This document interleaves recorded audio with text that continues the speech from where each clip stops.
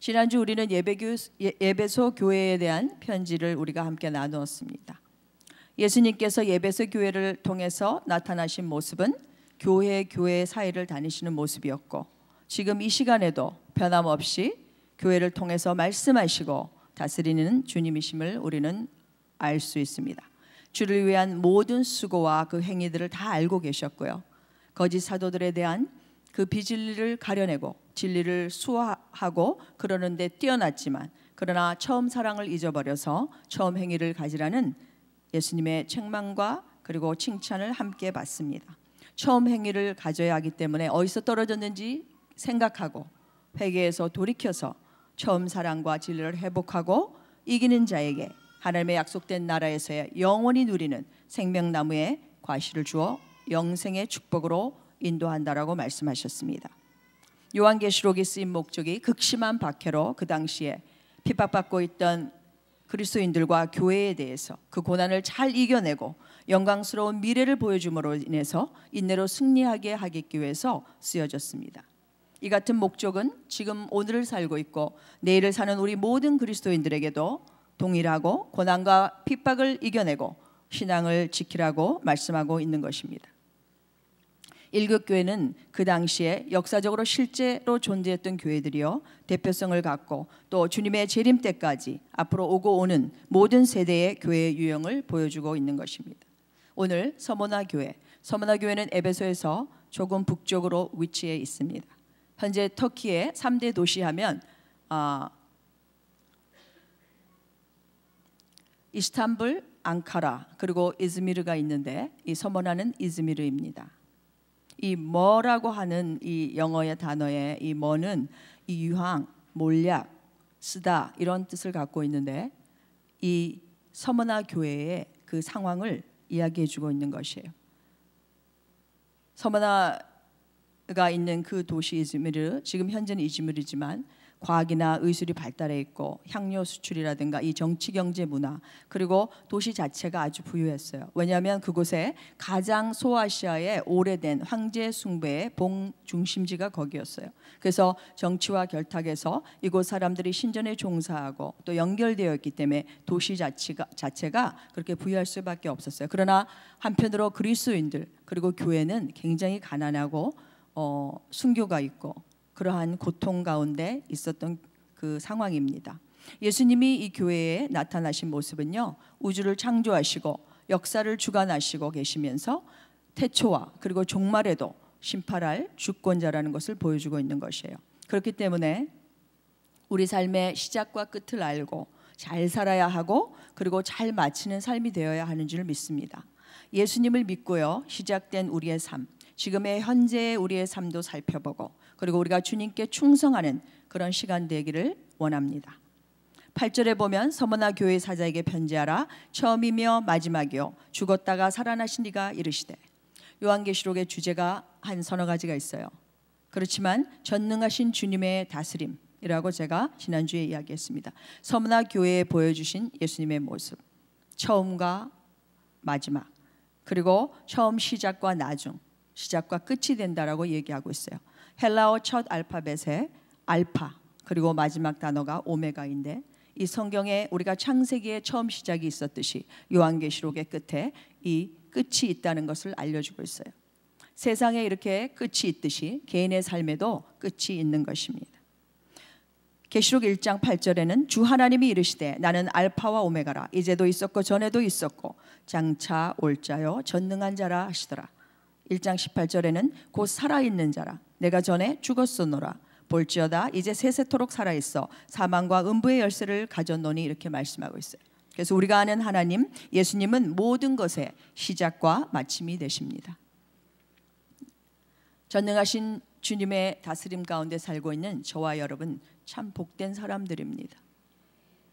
우리의 삶을 어떻게 살고 그리고 잘 마무리해야 되는지 신중하게 오늘 생각해보는 그런 시간이 되었으면 좋겠습니다. 전도서 3장 1절과 2절에도 보면 범사에 기한이 있고 천하만사가 다 때가 있나니 날 때가 있고 죽을 때가 있다, 이렇게 하고 계속 반복돼서 나와요. 폴 토마스 틱펜이라는 사람은요, 많은 책을 저술했고 편집했고 그리고 500회 이상 잡지에 글을 기재했던 사람입니다. 어느 휴일에 그는 많은 사람들이 오기로 되어 있어서 이 책상이 부족한 거예요. 그래서 테이블 하나가 더 필요해서 이제 전화번호를 착 찾았어요. 그랬더니 거기에 대여 서비스를 찾아보는데 거기에 한 곳에 눈길이 이렇게 끌립니다. A2부터 G까지 대여 센터. 다른 곳을 더 찾을 필요가 없습니다. 필요한 모든 것이 여기에 있습니다. 라고 쓰여 있더랍니다. 그래서 그는 전화를 했고 자기가 원하는 테이블을 구입했다라고 합니다. 그러면서 그는 덧붙이기를 사도 요한에게 주님께서 보여주신 이 놀라운 환상 속에서 나는 알파와 오메가라는 말씀을 읽을 때마다 알파와 오메가는 헬라어 첫 알파벳의 알파벳 첫 글자와 그리고 마지막 글자이기 때문에 영어의 A2와 G라는 표현과 마찬가지다. 내가 바랄 수 있는 모든 좋은 것들이 내 안에 있다라고 예수님이 우리에게 말씀하신다고 그는 느낀다고 합니다. 여러분도 그렇습니까? 처음 시작과 마지막 되시는 그 예수님 안에 모든 것이 있다고 여러분 정말 믿습니까? 네, 뭐든지 첫 시작이 중요한 것 같이 우리의 믿음 생활도 마지막까지 그 경주가 잘 달려가야 할 줄 믿습니다. 작년인가요? 어떤 자매님이 좀 상담을 좀 했으면 좋겠다 하고 제가 이제 맥도날드에서 만난 일이 있어요. 근데 그 자매님이 신학 공부를 하다가 너무 이렇게 갈등이 온다라고 이렇게 저에게 상담을 해왔어요. 그러면서 저는 어떻게 공부를 했고 그 가운데 갈등은 없었냐 이렇게 물어보더라고요. 그래서 제가 지나오면서 한 3번 정도는 그냥 이렇게 내려놓고 싶었고 또 내려놓고 싶은 그런 마음으로 다 내려놨었어요. 그런데 저 같은 경우는 한 곳에 거주하지 않고 여러 곳을 한 18번을 이렇게 옮겨 다녀야 하는 그런 가족이었기 때문에 저희들은 그것이 참 쉽지가 않았어요. 그래서 처음에 주님이 말씀하셨을 때 그래 예수 그리스도 믿고 구원받은 자는 내가 어떠한 환경 가운데 있든지 그냥 내가 배우고 하나님이 만져주시고 또 말씀해 주신 그것을 그냥 나누면 되겠지 하고 또 내려놓고 또 내려놓고 그래도 하나님은 또 계속해서 이 마음속에서 그런 거 올라오는 걸 봤어요. 그렇지만 이 자매님에게 제가 권면해 주고 싶었던 거는 자매님 지금 갈등하는 거 하나님과의 관계가 한번 어떤지 한번 생각해 보면 정말 좋겠어요. 우리가 빨리 가서 빨리 마친다고 해서 하나님이 더 빨리 쓰는 것도 아니고 우리가 늦게 해서 늦게 어떤 것을 성취했다고 해서 하나님이 더 늦게 우리를 조금 사용하는 것도 아닙니다. 하나님은 우리 자신 지금 내가 있는 우리 자신의 whole thing, 우리 전부를 원하시는 것 같습니다. 그렇기 때문에 자매님 먼저 하나님과의 관계가 회복되고 한 학기 쉬면서 하나님과의 관계도 회복하고 내가 하나님과의 그런 여유와 마음과 자유 하나님 주신 것을 잃지 않고 그렇게 했으면 좋겠습니다. 자매님 안에 어떠한 그 많은 것들이 있는지 나는 알지 못합니다. 그러나 내 생각엔 그렇습니다. 하나님이 주신 분명한 부르심이라면 어떠하든지 끝까지 성취하십시오. 그러나 그것을 한 걸음 한 걸음 나갈 때마다 주님 앞에 묻고 나가면 참 좋겠습니다. 왜냐하면 우리를 부르신 것도 이 땅에 오게 하시고 가게 하시고 하나님의 목적과 뜻이 있다고 하면 우리는 하나님께 물어야 된다라고 하는 것입니다. 여러분 동의하십니까? 예, 어떤 것을 시작한 일이 있다면 여러분 잘 마무리하세요. 그러나 그 과정도 너무 중요해요. 주님과 스텝 바이 스텝 가는 게 너무 중요해요. 여러분 믿음은 성장하고 있습니까? 처음 믿을 때하고 별반 차이가 없습니까? 주님께 충성하는 저와 여러분 되었으면 좋겠습니다. 여러분 우리가 때때로 또 전도를 하거나 사람을 만나게 될 때 저 옛날에 교회 나갔었어요. 이런 사람을 많이 만나요. 뭐 동양 사람이든지 미국 사람이든지 어떤 분이든 간에 그렇게 나가다가 안 나가는 사람들 뒷걸음을 쳐줘서 그렇게 하나님도 잊어버리고 그냥 알고 있는 하나님 그것만으로 머무르는 사람들이 너무 많은 것 같아요. 근데 지난 토요일 날 여러분 행복한 만남에서도 저도 이제 자매님들만 앉은 젊은 자매님들만 앉은 그 자리에 앉게 됐는데요.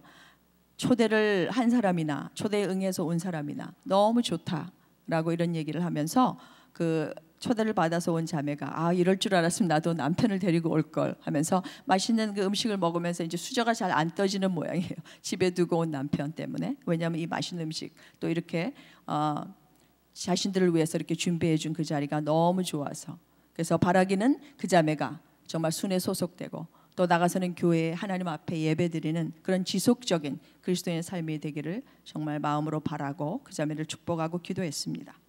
우리는 예수님을 만나야 해요.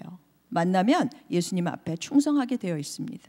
빌립보서 1장 6절에 보면 너희 속에 착한 일을 시작하시니가 그리스도의 예수의 날까지 이루실 줄을 우리가 확신하노라, 이렇게 사도 바울이 고백합니다.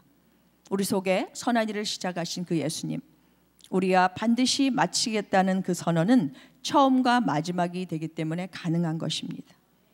우리가 두 번째로 여기 8절에 보면 죽었다가 살아나신 이 come to life, 다시 살아나다, 부활하다, 이런 뜻을 갖고 있어요. 고난을 이길 수 있는 길은요, 십자가와 부활의 주님을 바라보는 것입니다. 예수님께서 천국 보좌 버리시고 이 땅에 오셔서 30년 조금 넘게 사시다가 십자가에서 죽으셨어요. 그리고 3일 만에 부활하셨습니다.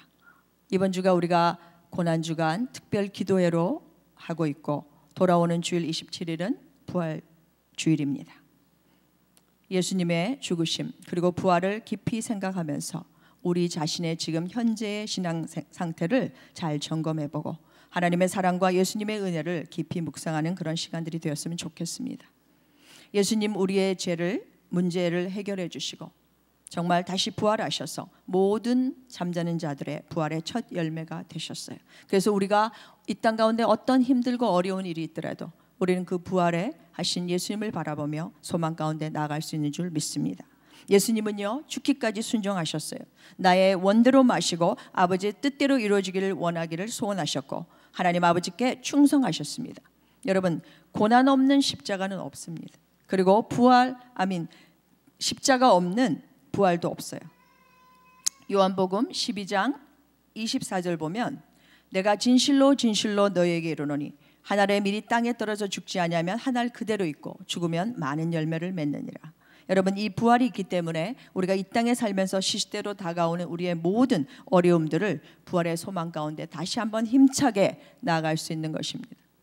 요한복음 12장 24절의 이 말씀은요, 제가 처음 그 신앙생활을 뉴멕시코에서 했는데 거기서 이제 남편이 발령을 받아서 저희들 터키로 떠나게 됐을 때 저희 그 구역장과 교회에서 준 그 말씀이 바로 이 구절이었어요. 그 많고 많은 성경의 구절들 중에 이 말씀을 주시더라고요. 그래서 그렇구나.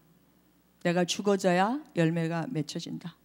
그래서 집에 정말 그 걸려있는 나무에 동그랗게 돼서 이 말씀이 이렇게 새겨져 있고 그 뒤편에는 몇 년, 몇 월 며칠 클로비스 순복음 교회 이렇게 쓰여 있어요. 저는 그것을 볼 때마다 하나님이 너 기억해라 하시는 것 같았어요. 날마다 우리가 예수님 안에서 죽어지지 않으면 열매를 맺을 수 없듯이 예수 그리스도를 바라볼 때 우리가 우리 자신이 지금 현재 있는 상황에서 또 다시 한번 이겨낼 수 있는 것 같습니다. 9절, 내가 내 환난과 궁핍을 알거니와 실상은 내가 부요한 자니라. 예수님은 서머나 교회가 처해 있는 상황에 대해서 잘 알고 계셨어요. 이 단어들을 보면은요, 서머나 교회의 상황을 더 잘 알 수가 있는데 이 환난이라고 쓰여진 단어는 한두 가지가 있지만 여기에 쓰여져 있는 단어가 들립시스라는 단어인데 어떤 무거운 물건을 놓아서 그 밑에 눌려서 부서지는 것을 말해요. 이것은 외부의 압력을 얘기하는 거예요. 그리고 이 궁핍도 마찬가지예요. 이 궁핍도 외부적으로 오는 빈곤과 가난, 그런 것을 얘기해 주고 있어요. 여기서 자칭 유대인이라 하는 이 회방으로 말미암아 심각한 고통의 무게를 이 서머나 교인들은 가졌습니다. 여기서 얘기한 것처럼 사탄의 회라고 얘기를 하는 거예요. 자칭 유대인들, 그들은 예수 그리스도를 믿지 않는 사람들이지. 그리고 그 박해가 얼마나 심했다고 하더라도 결국 그 믿는 그리스도인들을 로마인들에게 그 당시에 어떤 일이 있었냐면 이 도미티안 황제는 자기가 주요 신이다. 그래서 그 앞에 절하게 했어요. 그 앞에 그랬을 때에 믿지 않는 이 그리스도인들은 우리가 예수 그리스도만 오직 주님이시오 하나님이시다. 그래서 그거를 밀고 한 사람들이 봐도 자칭 유대인이라고 하는 사람들인 거예요. 그리고 그들이 순교와 그러한 투옥되고 이렇게 할 때 그들이 밀고 했을 뿐만 아니라 그리고 화형을 받고 그렇게 할 때 장작 더미를 운반해 준 사람들도 바로 그 자칭 유대인이라고 하는 사람들이었어요.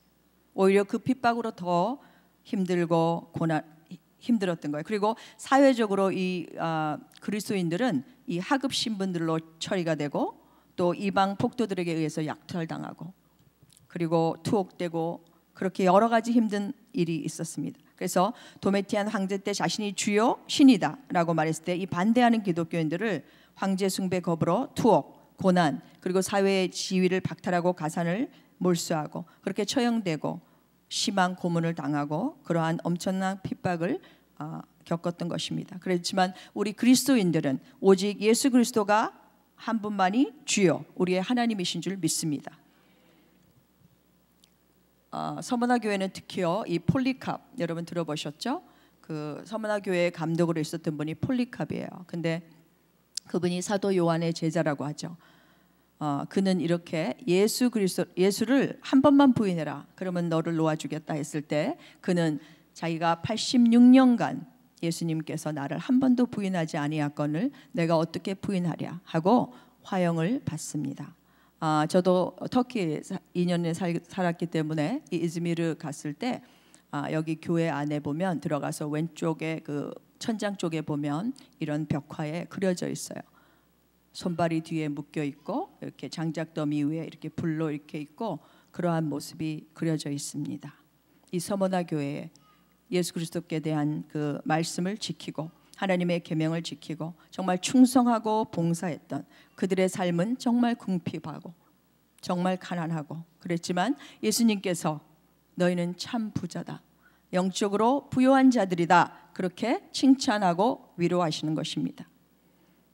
여러분들에게 묻습니다. 여러분은 영적으로 부요합니까? 주님으로부터 내가 여러 가지 고민하고 외부적으로 너희가 물질도 없고 힘들게 살지만 실상은 내가 참 부자다. 네가 부요한 자다. 이러한 주님의 음성을 듣는 이 시간이 되기를 축복합니다. 예수를 믿기 때문에 겪어야 하는 환난이 있어요. 무거운 고통으로 인해 부서지고 깨지는 것 같은 아픔이 있어요. 당장 먹고 살 수 없을 만큼 여러분 방법이 아무것도 찾아도 없는 그런 현실도 있을 것이에요. 여러분들에게 어떤 어려움이 있습니까? 질병의 문제예요? 비즈니스 그리고 남편과 자녀 여러분 말할 수 없는 그런 힘든 어려운 것들이 여러분들 마음에 있을 줄 믿어요. 그러나 여러분 예수님께서 십자가에 죽으시면서 우리의 모든 것을 위해서 예수님은 부요한 자지만 우리를 위해서 그 모든 것을 우리에게 주셨어요. 고린도후서 8장 9절 우리 주 예수 그리스도의 은혜를 너희가 알거니와 부요하신 이로써 너희를 위하여 가난하게 되심은 그의 가난하심으로 말미암아 너희를 부요하게 하려 하심이라 말씀하고 있습니다. 그리고 야고보서 2장 5절에도 내 사랑하는 형제들아 들을지어다 하나님이 세상에서 가난한 자를 택하서 믿음에 부요하게 하시고 또 자기를 사랑하는 자들에게 약속하신 나라를 상속으로 받게 하지 아니하셨느냐 이렇게 말씀하고 있습니다. 여러분 우리는 부요한 자인 줄 믿습니다. 아멘. 여러분 이 땅에 아무리 많은 것을 가졌다 하더라도 우리는 다 끝날에 주님을 만나게 됩니다. 여러분 부요하면 하나님의 나라를 위해서 사용하시고 주위의 이웃의 힘들고 어려운 여러분 자매들을 위해서 사용하십시오. 일선에 있는 선교사님들 오히려 우리가 그 물질로 인해서 영혼을 구원하고 하나님 나라를 회복하는 데 사용하시기 바랍니다.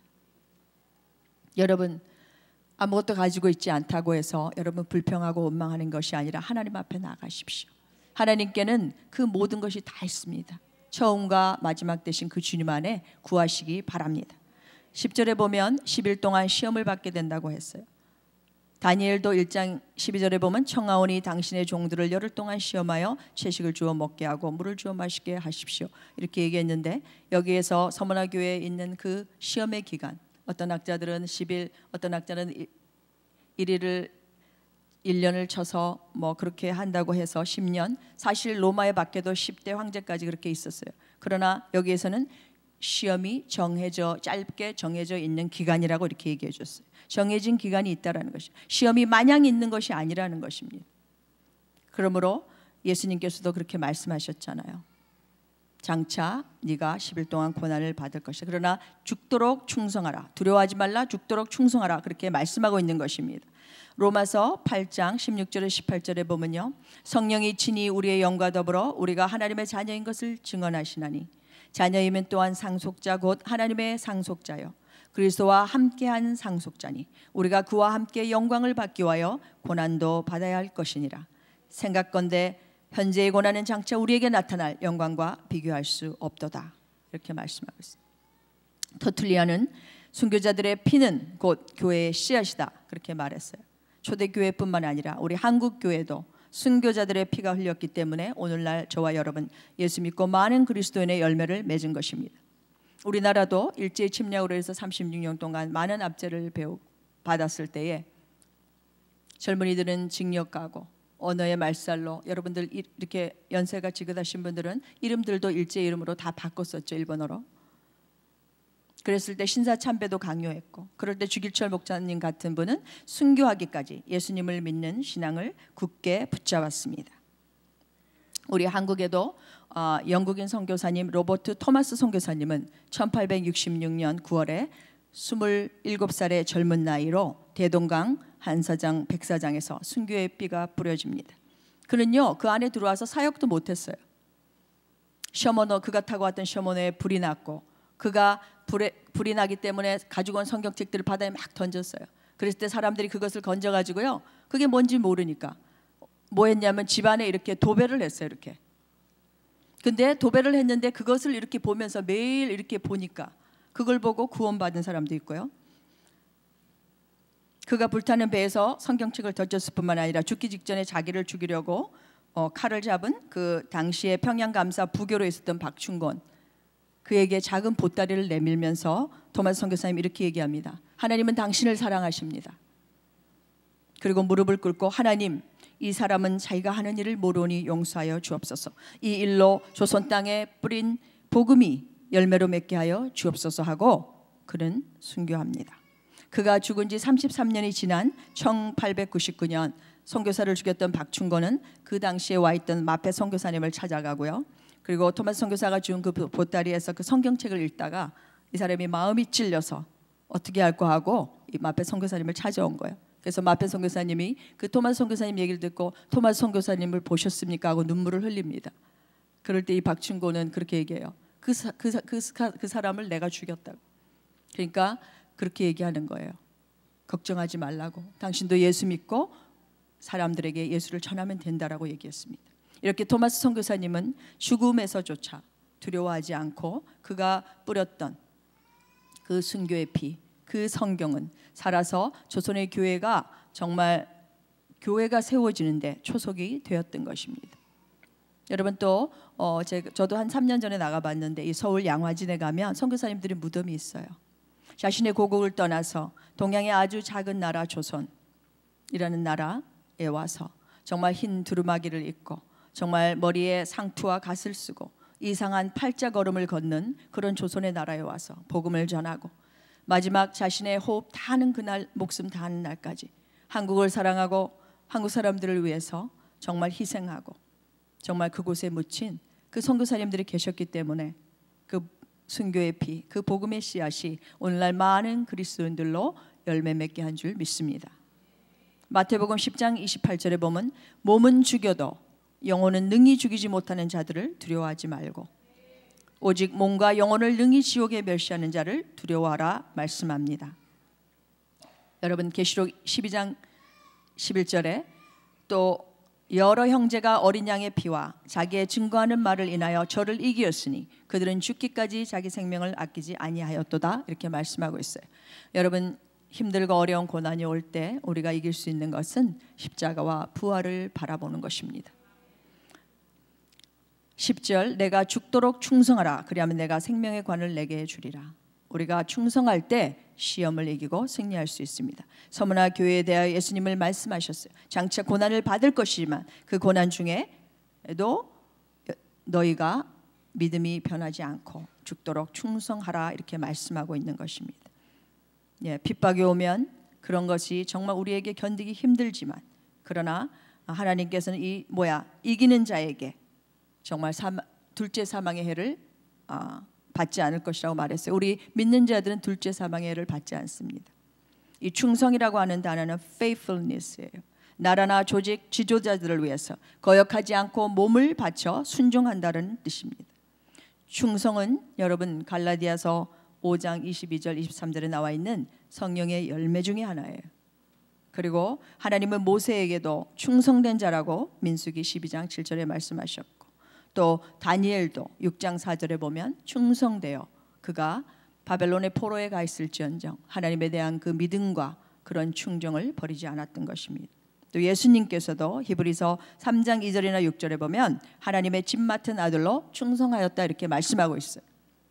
그렇게 충성된 자들에게 잠언 28장 20절에도 많은 복이 주어지고, 마태복음 25장에도 보면 주인의 즐거움에 참여하게 될 뿐만 아니라 오늘 본 본문처럼 2장 계시록 2장 10절 생명의 면류관이 주어진다고 말씀하고 있어요.